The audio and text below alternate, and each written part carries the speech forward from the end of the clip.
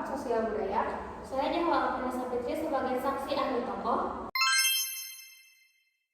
Dan kami dari kelompok 3 yang akan memaparkan podcast tentang Bandung Lautan Api. Halo semuanya, selamat datang di acara History Podcast. Hari ini kita akan memutar jarum-jam kembali 80 tahun yang lalu. Nah, tepatnya pada tanggal 24 Maret 1946. Ada peristiwa yang sangat heroik, yang dimana bumi Pariangan dibakar oleh rakyatnya sendiri, dan tentunya untuk mempertahankan kemerdekaan. Nah, di samping saya sendiri, sudah ada 5 tokoh besar yang akan mengusut tuntas tentang sejarah tersebut. Halo, selamat siang semuanya. Iya. Baik, untuk pertanyaan yang pertama, Nasiwani, selaku sejarawan, gimana sih pemikirannya tentang peristiwa tersebut dan mengapa harus dibakar? Terima kasih Kirana. Jadi kalau kita bedah sejarahnya, ketegangan di Bandung ini berangkat dari kedatangan pasukan sekutu dari Brigade MacDonald yang diboncengi oleh Netherlands Indian Civil Administration atau pasukan Belanda pada Oktober 1945. Saat itu kondisi psikologis masyarakat Bandung sedang membara karena mereka baru saja berhasil merampas senjata tentara Jepang yang kalah dalam perang. Sekutu tiba-tiba datang dengan ampuh dan menuntut agar semua rampasan tersebut diberikan kepada mereka. Rakyat tentu menolak karena senjata itu modal kita untuk mempertahankan kemerdekaan. Ketegangan terus memuncak, sekutu sering bertindak sewenang-wenang. Hingga pada 21 November 1945, sekutu mengeluarkan ultimatum pertama yang menegaskan untuk mengosongkan wilayah Bandung Utara dari pasukan bersenjata Indonesia. Oh, jadi ada bagian wilayah utara ya. Nah, selanjutnya pertanyaan untuk Elita. Sebagai sudut pandang strategi militer saat itu, gimana nih respon para pejuang kita terhadap ultimatum sekutu tersebut? Ultimatum itu jelas memicu ketegangan fisik. Sekutu mengeluarkan 2 kali ultimatum. Ultimatum pertama diabaikan oleh para pejuang. Lalu muncul ultimatum kedua pada Maret 1946 yang meminta para pasukan bersenjata Indonesia untuk mengosongkan Bandung Selatan. Secara militer kita kalah jumlah dan persenjataan. Jika kita bertahan, kita akan habis. Tapi jika kita mundur begitu saja, Bandung akan dijadikan markas militer strategis oleh sekutu. Wah, sangat luar biasa. Nah, selanjutnya pertanyaan yang penting. Sebagai perwakilan perspektif pejuang pemuda saat itu, gimana nih bergejolak pemikirannya saat tahu kota yang ditempatin harus dikosongkan dalam 1 semalam? Marah dan tidak rela MC karena kami para pemuda dan barisan rakyat Indonesia merasa kalau wilayah ini diserahkan utuh. Itu sama saja mengkhianati kemerdekaan yang baru jatuh. Akhirnya dalam musyawarah Majelis Persatuan Perjuangan Periangan muncul ide ekstrim kalau mereka mau menguasai Bandung, mereka hanya akan mendapatkan puing dan abu. Kami tidak sudi fasilitas di Bandung dipakai oleh musuh. Oh, luar biasa sekali semangatnya. Berarti pembakaran itu sudah menjadi keputusan bersama ya. Nah, selanjutnya pertanyaan untuk Anissa sebagai perwakilan sudut pandang komando militer. Bagaimana peran Kolonel Abdul Hussein Nasution dalam mengeksekusi strategis bumi hangus ini?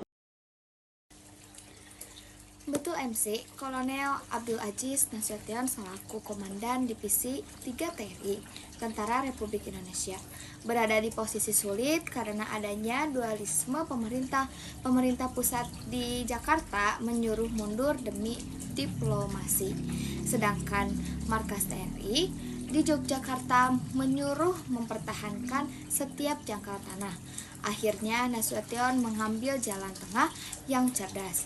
Kami mundur tapi kota ini dihanguskan. Operasi dilakukan secara sistematis pada malam hari tanggal 23 hingga dini hari 24 Maret. Wah, bayangin ya, sekitar 200.000 orang mengungsi membawa barang dan barang tersebut hanya seadanya. Sangat kasihan ya. Nah, selanjutnya nih pertanyaan untuk Sheila. Bagaimana Anda melihat dampak sosial dan pengorbanan pada saat itu kepada masyarakat Bandung gimana nih?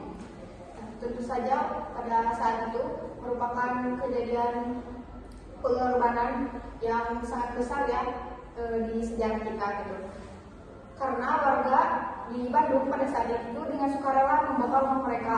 Terus mereka juga rela berjalan kaki bermil-mil menuju pegunungan di Bandung Selatan dalam keadaan yang dingin, gelap gulita dan dalam ketidakpastian.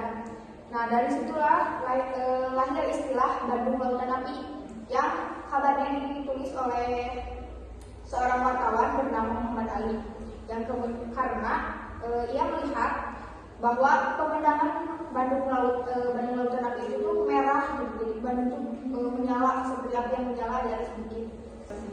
Merindingnya saya mendengarnya. Nah, kalau ngomongin soal Bandung Lautan Api, ada salah satu ikonik nih yang dimana yang disebutnya Muhammad Toha. Nah, selanjutnya Zahwa, bisa nggak sih menjelaskan tentang peristiwa yang ada di Dayakolot?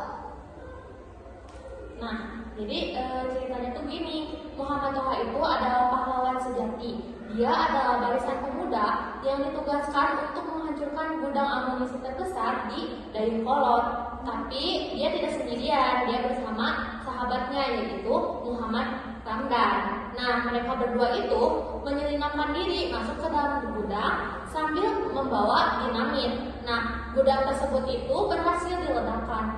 Namun sayangnya nyawa mereka juga ikut menghilang. Nah, dari aksi tersebut berhasil melemahkan kekuatan para sekutu di daerah Bandung Selatan. Gitu. Aksi yang sangat mengharukan dan penuh perjuangan ya pastinya.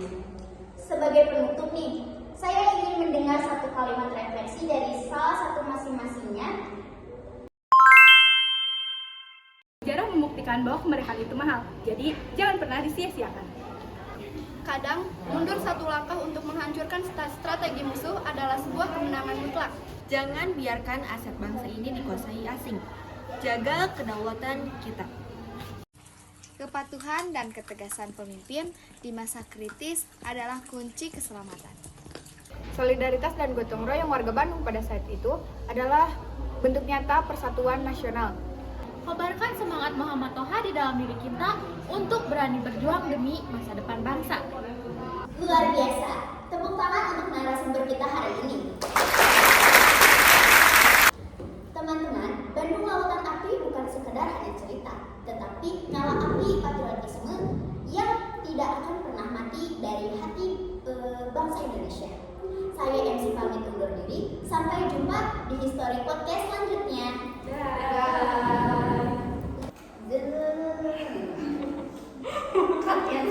Iya. Udah 3. Merinding banget ya saya mendengarnya juga.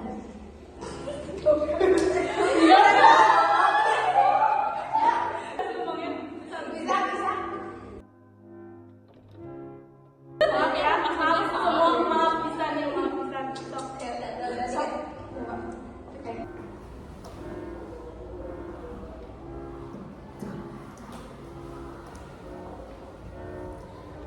Gimana nih sudut pandang dari para pejuang? Nah, selanjutnya pertanyaan yang selanjutnya akan